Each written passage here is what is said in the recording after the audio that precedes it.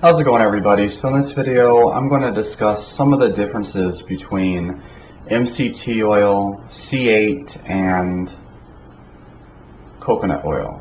So first of all, why do people choose to consume coconut oil and these coconut fat products? Well, essentially, obviously they are a great source of MCTs, medium chain triglycerides, and generally MCTs consist of anything from C6, C7, C8, C9, C10, C11, and C12.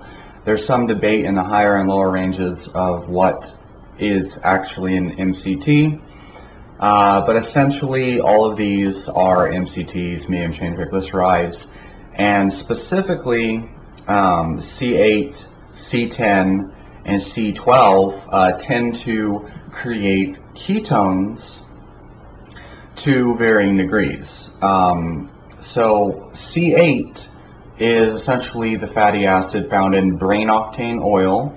It was originally developed as a pharmaceutical grade MCT because C8 is almost entirely converted by the body into ketones and used as a direct fuel source, and it bypasses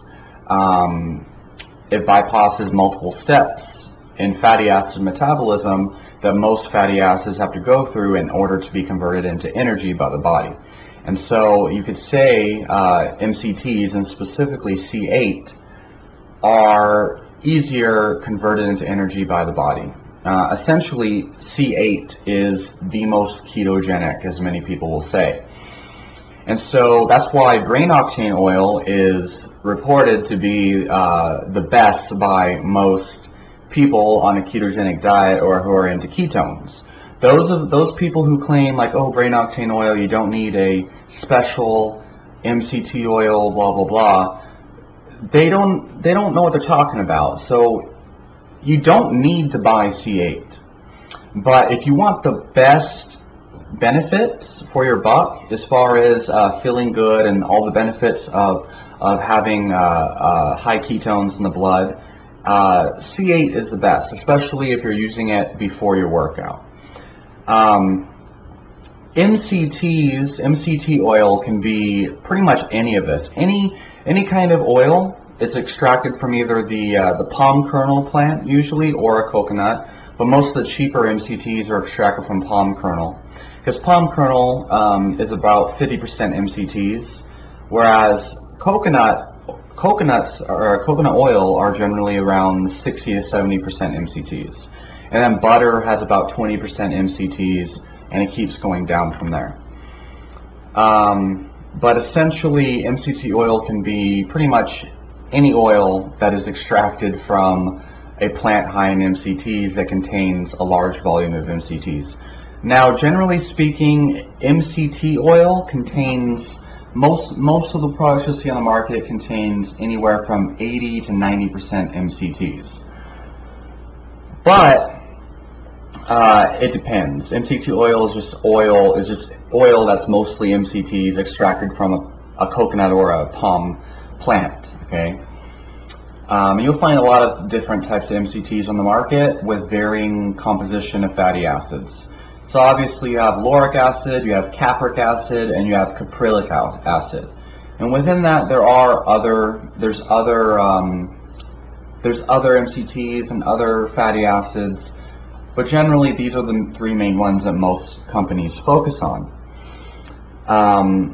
So as far as I know, so I believe C8 is caprylic acid. I should probably verify this first, but I believe C8 is caprylic acid. And I believe C12 is lauric acid. I could be wrong because I don't pay attention. I don't really pay attention to those. I refer to them all as C8, C10, etc. Anyway, so when you have coconut oil, so coconut oil again contains around 60 to 70% MCTs. Most people, when they take coconut oil, what you'll find is an increase in blood ketones for around 3 hours.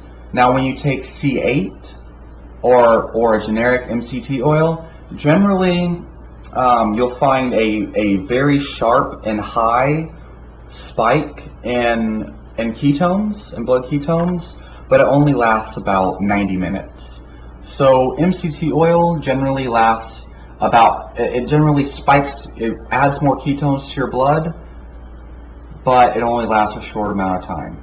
Coconut oil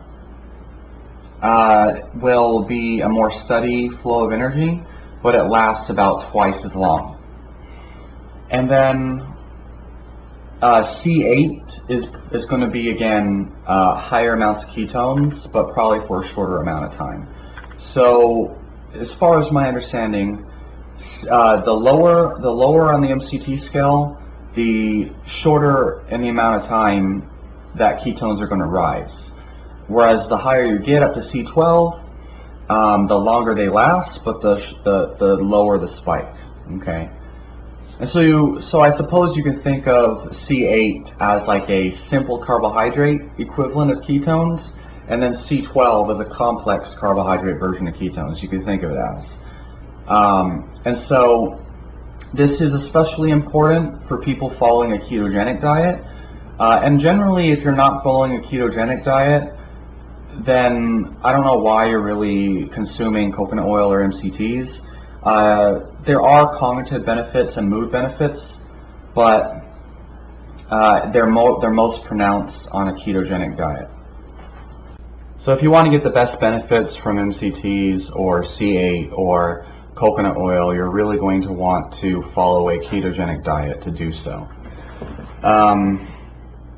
So at a baseline, for me personally, I take 2 tablespoons of coconut oil, and then I'll take about a teaspoon or up to 1 tablespoon of brain octane. But what I noticed is, I believe brain octane, my body only absorbs like a half a teaspoon when I take it. I see a larger amount of yellow urine when I take large amounts of C8 and other MCTs at one time. So it's probably better to dose C8 like a half a teaspoon throughout the day, maybe even less than that. So what are some of the benefits of MCTs in general? So, well, first of all, with coconut oil and different MCTs, they actually have different properties. So lauric acid is highly antibacterial and antiviral, and coconut oil in general, there seems to be quite a bit of evidence that shows a high effectiveness for treating certain types of the herpes virus. Now, you know, again, take my words with a grain of salt and look it up for yourself, but coconut oil specifically seems to have benefits for treating herpes and these other viral infections and cold sores and things like that. You can apply it topically or consume it internally.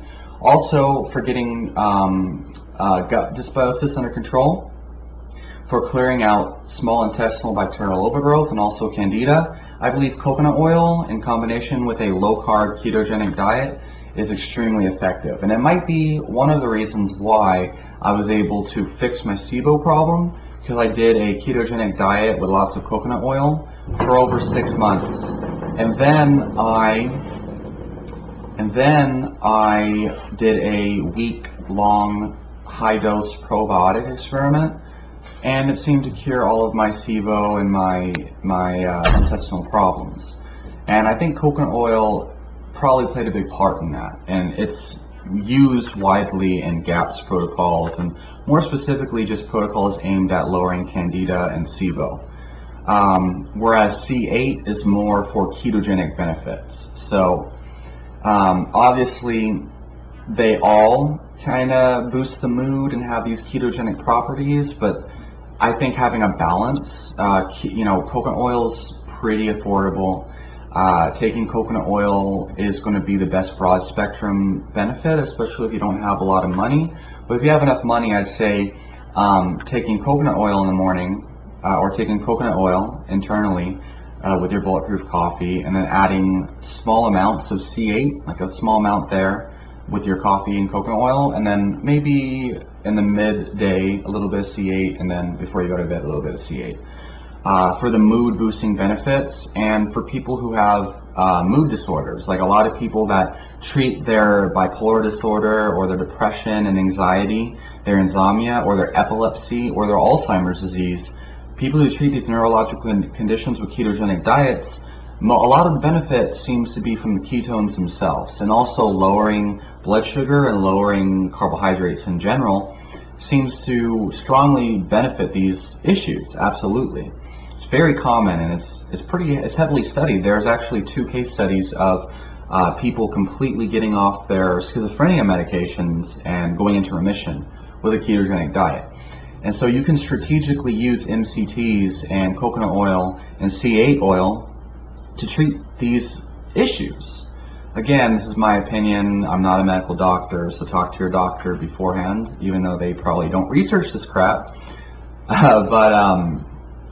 Yeah, so using the strategic timing with your MCTs and learning more about these things is a good idea, and using a ketogenic diet to help you with these problems is probably a good idea. And so I think that's the most pronounced benefit, though, is that these C8 and coconut oil can either drastically, acutely increase ketones, or gradually over time increase ketones and increase your productivity and all these other things. Some people use it as a nootropic, and I found the most benefit with mood boosting by combining coconut oil and MCTs. So finding what works for you is a great idea. If you really want an in-depth analysis on all of these things, MCT oil, C8 oil, ketone esters, ketone salts, and ketones in general, and coconut oil, probably the #1 resource is going to be the book, The Complete Guide, or The Complete Book of Ketones, or The Complete Guide to Ketones by Dr. Mary Newport. She basically put her husband's Alzheimer's disease into remission for 3 years, and then she got him into a clinical trial with an Alzheimer's vaccine, and it actually worsened the condition, and they actually had to stop the trial abruptly, and it put him back into where he was before he started the MCT oil and the coconut oil, unfortunately. So that book is amazing. It's a great resource and opens your mind to the therapeutic benefits to ketones, specifically on neurological disorders. So leave your questions in the comments down below. Let me know what you all think, and let me know if you guys have noticed these benefits with ketones and MCT oils and things. And if there's something I missed, let me know, and I'll talk to you on the next video.